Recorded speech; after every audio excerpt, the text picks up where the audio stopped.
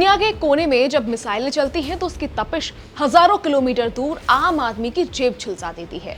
Iran और Israel के बीच छिड़ी जंग का सीधा और खौफनाक असर अब भारत के पड़ोसी देश नेपाल में दिखने लगा है। खबर हैरान करने वाली है क्योंकि वहां रातों रात पेट्रोल और डीजल की कीमतों ने ऐसी छलांग लगाई है कि आम जनता के पैरों तले जमीन खिसक गई। नेपाल सरकार ने एक झटके में तेल की कीमतों को आसमान पर पहुंचा दिया। लेकिन ये कहानी सिर्फ नेपाल तक सीमित नहीं है। भारत की राजधानी दिल्ली में भी गैस सिलेंडर को लेकर नियम बदल दिए गए हैं और संकट की आहट साफ सुनाई दे रही है। सबसे पहली बात हमारे पड़ोसी देश नेपाल की। रविवार की देर रात जब दुनिया सो रही थी तब नेपाल ऑयल निगम की एक आपातकालीन बैठक चल रही थी। इस बैठक के बाद जो फैसला आया उसने नेपाल की सुबह को महंगाई के झटके में बदल दिया। निगम का कहना है कि पश्चिम एशिया में जारी युद्ध की वजह से सप्लाई चेन पूरी तरह चरमरा गई है और उनके पास कीमतें बढ़ाने के अलावा कोई रास्ता नहीं बचा था। अब आप नेपाल में महंगाई का आलम समझिए। वहां पेट्रोल की कीमत में सीधे 31 रुपए प्रति लीटर का इजाफा किया गया, जिसके बाद अब 1 लीटर पेट्रोल 188 रुपए का हो गया है। डीजल की बात करें तो इसमें और भी भारी बढ़ोतरी हुई, पूरे 54 रुपए प्रति लीटर की। अब वहां डीजल 196 रुपए प्रति लीटर के भाव पर बिक रहा है।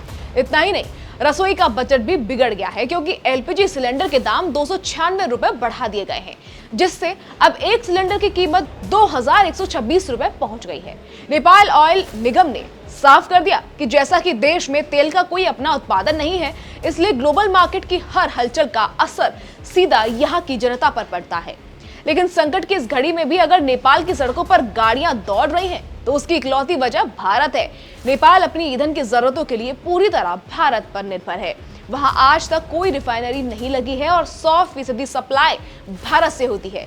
यही वजह है कि नेपाल ऑयल निगम ने इस मुश्किल वक्त में इंडियन ऑयल का आभार जताया है।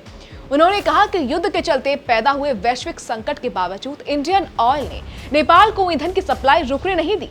देखिए भारत किस तरह एक बड़े भाई की भूमिका निभाते हुए अपने पड़ोसी का हाथ थामे खड़ा है।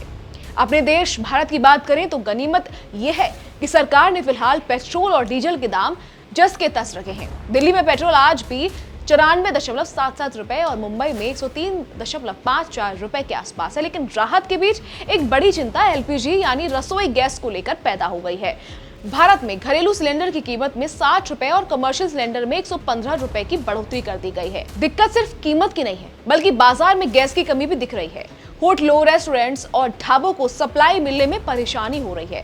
इसी को देखते हुए सरकार ने कड़ा कदम उठाते हुए गैस पर ECA यानी एसेंशियल कमोडिटीज एक्ट लागू कर दिया है।